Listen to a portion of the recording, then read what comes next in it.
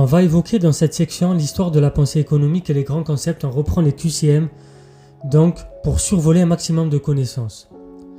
Économiste britannique, né en 1766, son nom est associé à un adjectif et à une doctrine, selon laquelle les naissances doivent être limitées par crainte de la surpopulation par rapport aux subsistances.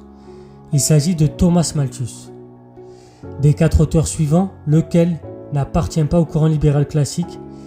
Donc la liste était Jean-Baptiste Ossier, Adam Smith, John Maynard Keynes et David Ricardo. La réponse est John Maynard Keynes. Donc il fallait ensuite classer les économistes par nationalité. D'abord Frédéric Bastiat était français. Ensuite Arthur Laffer, bien sûr, était américain. Frédéric Hayek, il était autrichien. Ensuite, Nicolas Kondratiev était russe.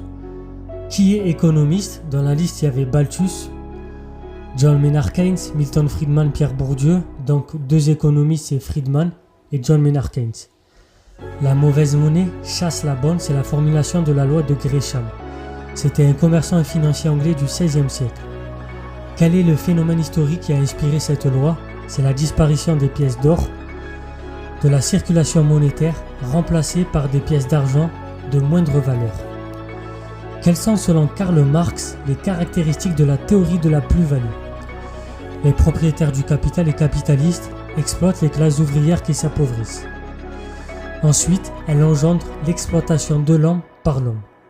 Parmi les ouvrages suivants, lequel n'appartient pas donc à Karl Marx, donc lequel il n'a pas écrit Karl Marx? Il y avait le Manifeste du Parti communiste, les luttes de classe en France, le petit livre rouge, le Capital. Bien sûr, c'est le petit livre rouge. Marx a écrit le Capital et luttes de classe en France, le manifeste du PC du Parti communiste. Qui a écrit le livre rouge, petit aparté? Donc c'était Hubo et Mao Zedong. C'était Soso l'Intello tous les jours à 13h pour les vidéos économiques. On va essayer de faire le maximum pour survoler les connaissances. Et donc, on va continuer demain avec l'analyse économique. Les QCM, c'est 1 jour sur 3. Je vous annonce le programme en économie. Un jour définition, un jour actualité économique, un jour analyse économique ou bien QCM. C'était Soso l'Intello. Abonnez-vous, partagez, likez. Et le soir à 20h30, les QCM de Culture G ou bien les vidéos de Culture G.